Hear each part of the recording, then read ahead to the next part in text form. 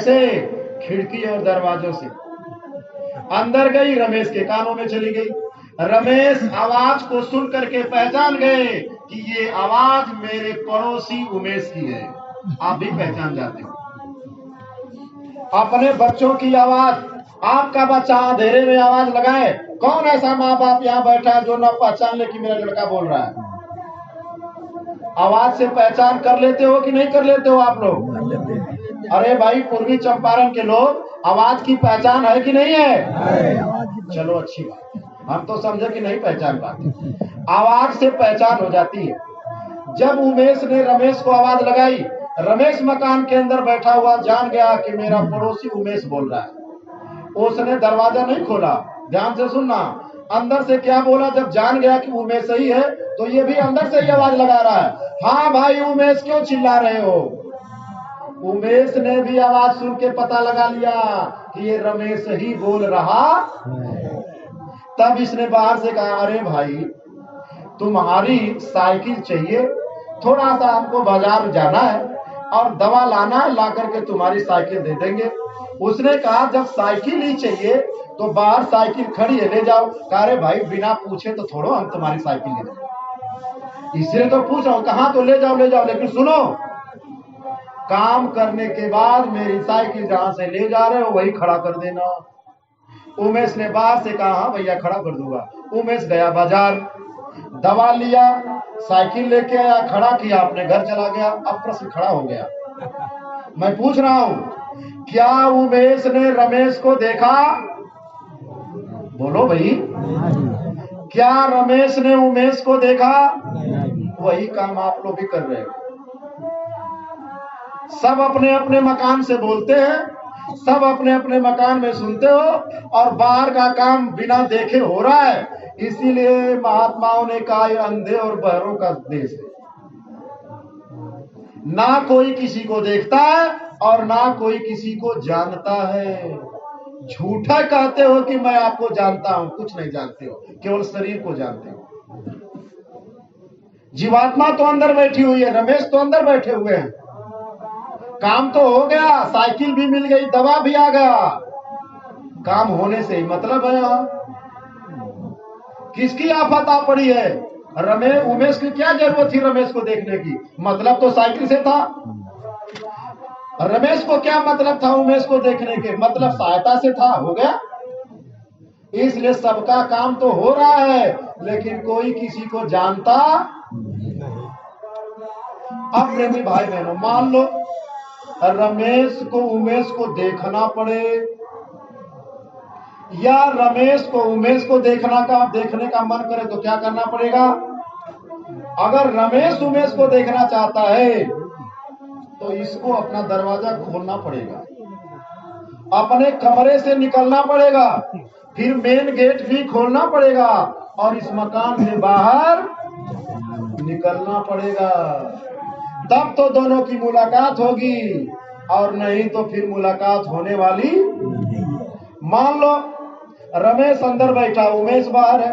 अगर उमेश को ही अगर रमेश को देखना है तो उमेश को क्या करना पड़ेगा? प्रार्थना।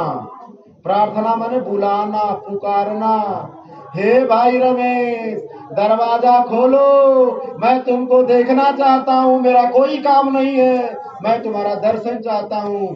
रमेश का मन करेगा तो दरवाजा खोलेगा, और नहीं मन करेगा तो दरवाजा। इसलिए आप जो पति पत्नी भाई बेटा बंधु दुनिया में बनाए हो, केवल मकान से बनाए हो, जीवात्मा के बारे में कोई ज्ञान। इसको कहते हैं आत्म ज्ञान। क्या कहते हैं? आत्म ज्ञान तभी होगा जब आप महात्माओं के पास जाओगे। जब तक आत्म ज्ञान नहीं होगा, लिख लो कागज कलम पर गांव वालों, अध्यात्मवाद का विशुद्ध पैगाम आपके गांव में आया है, कोई माई का लाली से काट नहीं सकता है। लिख लो कागज कलम पर, जब तक आत्मज्ञानी नहीं बनोगे, परमात्मा से दूर रहोगे, कभी नहीं मिलेगा। Never not, it is impossible. लिख लो, मिलेगा। महात्माओं के पास आना पड़ेगा, चाहे जितना जोर लगा लो, जितना गा लो बजा लो, इतने डीजे नहीं, हजारों डीजे लगा करके आरती करो, एक भी देवी देवता प्रकट होने वाले होंगे। लेकिन इस मंदिर में जब तक घंटा नहीं बजाओगे, इस मंदिर में जाकर के सच्ची प्रेम इबादत नहीं करोगे, नहीं। इसलिए हम प्रार्थना करने आए हैं, महाराज जी के इस विशुद्ध पैगाम को लेकर के बिहार के दौरे पर उपस्थित हुआ हूं। प्रेमी भाई बहनों, आपसे हाथ जोड़ के प्रार्थना करता हूं, जो अमोलक दौलत गुरु महाराज ने हमको आपको दी है, बैठ करके कमाई कर लो, समय ज्यादा नहीं है, धीरे समय अब खराब आ रहा है। बहुत दिनों से आपको समझाया जा रहा, आदत वही बनी हुई है, टस से मस हो ही नहीं रहे हो। गुरु महाराज ने कहा था इसी मनुष्य मंदिर में बैठ करके शाम को सामूहिक रूप से भजन करो। अभी तो मैं वहीं से बक्सर से हाथ खड़ा कराते आ रहा हूं, कहीं 2 कहीं 3। अभी पश्चिमी चंपारण में 7 आदमी हाथ खड़ा किए थे जिनके घर रोज भजन होती है। यहाँ क्या करवाऊं? साधु जी खड़ा करवा दो, जाने दीजिए। आज तो संकल्प ले लो कि आज के बाद रोज शाम को भोजन करने से पहले अपने घर में बैठ करके उस भगवान की सच्ची पूजा करो। यही मनुष्य मंदिर है, यही जिस्मानी मस्जिद है, यही गिरजाघर और गुरुद्वारा है। आपको कहीं जाने की जरूरत नहीं है, इसी में बैठ के करो। लेकिन कैसे मिलेगा उसको सुन लो। इस मंदिर को साफ रखना, साफ सुथरा रखना, इस मंदिर को गंदा मत करना। आप अपने बनाए हुए मंदिर में आरती करते हो, पूजा करते हो, पानी से धोते हो, फल चढ़ाते हो, फूल चढ़ाते हो, तरह तरह का जतन करते हो अपने बनाए हुए मंदिर को, और भगवान के बनाए हुए मंदिर में मुर्गा डाल रहे हो, बकरी डाल रहे हो, सुअर डाल रहे हो, बकरा डाल रहे हो, मछली डाल रहे हो, पड़वा पड़िया डाल रहे हो। ये आपकी बुद्धि को क्या हो गया है? बुद्धि भ्रष्ट हो गई है? क्या कर रहे हो इस दुनिया में? अपने बनाए हुए मंदिर में आरती बजा रहे हो, भगवान ने मंदिर बना दिया, अपने पास आने का तो उसमें मुर्गा मछली डाल रहे हो। आपके बनाए हुए जो गांव में मंदिर बनाया है आपने, अगर कोई गांव का मनबड़ लड़का अगर उसमें अपने गांव का झाड़ू बहाड़ू, गाय का गोबर, भैंस का गोबर, बकरी का गोबर खांची में उठा करके अगर मंदिर में डाल दे, तो बताओ गांव वालों, कोई उस बच्चे को माफ करेगा? बताओ, उस बच्चे को मारोगे कि नहीं मारोगे? तो इसमें अगर डालोगे, इसको बनाने वाला मारेगा कि नहीं मारेगा? सख्त सजा देगा, नरकों में घोर यात्रा से होगे। इसलिए महात्माओं की बातों को मान लो, रामचरितमानस की बात को मान लो, मत मानो महात्माओं की, बाबा जय गुरुदेव की बात मत मानो, महाराज जी की बात, रामचरितमानस की बात को तो मान सकते हो। लेकिन मैं जानता हूं कि आप उसकी भी बात को मानेंगे, अपने मन वाली जाओगे नरक में। सुन लो, कोई बचा नहीं सकता। क्या लिखा गया है? मैं नहीं कह रहा हूं, मैं तो अपनी बात बिल्कुल करूंगा नहीं। कोई आपकी किताबों में लिखा है, तिल भर मच्छी खा के कोटि गऊ दे दान, काशी करवट जा मरे ताहु न नरक निदान। जो नर मांस मछलियां खाता है सुरापान के हेतु, वे नर नरके जाएंगे पिता पुत्र समेत। पूरा खानदान नरकों में जाकर के सड़ेगा। मछली खाने वाले, मुर्गा खाने वाले, शराब पीने वाले जब मर जाते हैं तो उनके नाती पोते बच्चे भी जाते हैं प्रेस में। क्या लिखवाते हैं? मेरे पूज्य दादाजी का स्वर्गवास हो गया। जैसे लगता है उसी को पट्टा देना है। तुम्हारे लिखने से तुम्हारे दादा जाएंगे स्वर्ग में? किसने तुमको अधिकार दे दिया है लिखने का? इसकी भी सख्त सजा मिलेगी, हाथ काटे जाएंगे नरकों में। क्या समझ रहे हो? आसान काम है? भगवान के कलम को आपने अपने हाथ में कैसे ले लिया? स्वर्ग और नरक भेजने वाला ऊपर बैठा है, उसकी कलम को छीन करके आपके नाती पोता आपको लिख करके स्वर्ग भेज रहे हैं, जाओगे? सुन लो गांव वालों, भले आपको बुरा लग रहा हो, लेकिन एक बात 100% सही है, क्योंकि दवा कड़वी होती है। खा लोगे, पचा लोगे, रोग दूर हो जाएगा। अगर ये संदेश सुन करके आप साफ कर लोगे, आपकी दशा दिशा दोनों बदल जाएगी। और नहीं तो कुछ होने वाला नहीं है। कोई माई का लाल आपको नरकों 84 से नहीं बचा सकता। एक जीवात्मा निकलेगी, नरकों में जाएगी, 84 में जाएगी, फिर एक मनुष्य शरीर मिलने वाला। इसलिए प्रेमी भाई बहनों, आप इसको साफ सुथरा रखना, कम से कम गंदगी तो मत डालो। अरे नहीं चेला बनो किसी की, इतना तो आपका विवेक काम कर रहा है कि ये अखाद्य वस्तु ऐसे नहीं खाना चाहिए। अरे किसी के गर्दन को मड़ोड़ना, किसी के गर्दन पे छुरी चलाना, ये पाप कर्म है कि नहीं है? मत करो। क्या लिखा गया है? साच बराबर तप नहीं, झूठ बराबर पाप, और जिनके हृदय साच है ताके हृदय आप। जिसका हृदय सच्चा है उसी में भगवान का वास होता है, जिसका हृदय गंदा है उसके यहाँ भगवान का वास। अब मुर्गा मछली खाए जाओ। अब देखो नवरात्र चल रहा है, गांव में बड़े साधु हो गए होंगे पैदा। अरे भाई हम तो नवरात्र में नहीं खाते हैं। क्यों भैया पंडित क्यों बन गए नवरात्र में, क्या हो गया? और दिन तो राक्षसी भोजन कर रहे हो, गटागट चौराहे पर खड़ा होकर ले अंडा ले शराब, और शराब पी करके अंडा खा करके वही गांव की लड़कियां जा रही है, वही गंदा काम कर रहे हो। पशुवत भोजन करोगे, पशुओं की तरह दिमाग और बुद्धि हो जाएगी। जैसे किसी पशु को क्या पता कि ये मेरी माँ है, ये बहन है। जब पशुवत भोजन करोगे तो क्या पता चलेगा कि ये मेरी बहन, तो ये मेरी बहन नहीं है। अरे इस घर की लड़की इस घर के लड़के से महफूज आज नहीं है, इस घर की लड़की उस घर के लड़के से आज उसका आबरू नहीं बचने वाला। ऐसा माहौल खड़ा हो गया।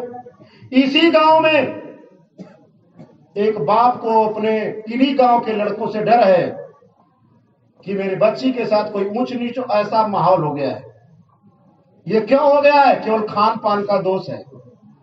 क्या लिखा गया है? जैसा खाओगे अन्न वैसा होगा मन, जैसे पियोगे पानी और वैसे बोलोगे, जैसा चश्मा लगाओगे वैसा ही दिखाई देगा। अगर ज्ञान का चश्मा लगा लोगे, सत्यता का चश्मा लगा लोगे, तो यही मानोगे जैसे मेरी बहन वैसे गांव की बहन। अगर ये मान लेते तो ये अत्याचार जो आज मां बहनों की इज्जत सरेआम लूटी जा रही है बंद हो जाता। लेकिन यहाँ तो भगवा भी लपेटे हो, गाड़ी पे राम भी लिखवाए हो, दिन भर मुर्गा मछली खा रहे हो, राम राम बोल रहे हो, शाम को 100 ग्राम पी के घर आ रहे हो। कितना बदनाम किया हम लोगों ने, अपनी संस्कृति के खिलाफ काम किया। अपने देवी देवताओं को हम लोगों ने नहीं छोड़ा, अपने धर्म ग्रंथों को नहीं छोड़ा। लानत है ऐसे जीवों पर जो भगवान के नाम को भी बदनाम कर रहे हैं। इसलिए हे ग्रामवासी भाई बहनों, अगर नवरात्र में मांस मछली खाना पाप है तो गलत काम हर दिन के लिए गलत है और शुभ काम हर समय शुभ है। इसलिए मैं प्रार्थना करने आया, इस नवरात्र में मंदिरों में जाकर के संकल्प लो कि आज के बाद हम मांस मछली अंडा शराब न खाएंगे न पिएंगे, शाकाहारी रहेंगे। उस मंदिर के देवी देवताओं से क्या मांगना? ये बुराई हमारी खत्म हो जाए देवी मैया, मैं आपका बड़ा ऋणी रहूंगा। हे मंदिर की देवी, हे मंदिर के देवता, मेरी बुराई खत्म हो जाए, मैं बड़ा ऋणी रहूंगा। आप ऐसा करो कि आपसे मुझे मिलने का मन कर रहा, किसी दिन आपको सद्बुद्धि आ जाएगी, महात्माओं के शरण में आ जाओगे, आपको देवी से, देवताओं से, राम से, कृष्ण से मिलने का रास्ता बता देंगे। आपके घर जाने का रास्ता इसी में वो भी बता देंगे। आराम से भजन करो, अपने देश चलो। काहे को फंस रहे हो यहाँ? इस देश में क्यों रहना? कितने दिन रहोगे? इसलिए प्रेमी भाई बहनों, इस गांव को छोड़ करके, इस शरीर को छोड़ करके एक न एक दिन सबको जाना। कोई यहाँ अमर नहीं है, न मैं अमर हूं न आप हो, सबको जाना है। फर्क इतना है, कोई काम करके जा रहा, आप बिना काम किए जा रहे हो।